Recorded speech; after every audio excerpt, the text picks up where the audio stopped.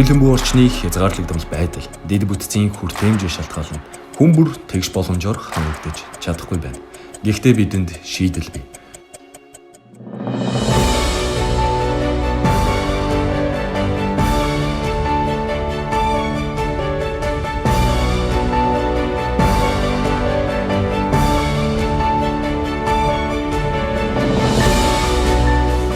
Дэд бүтцийн хүртээмжийн стандартыг мөрдөж, хандлагаа өөрчлөн, хүн бүр тэгш боломжоор хангагдах нийгмийг бүтээцгээе.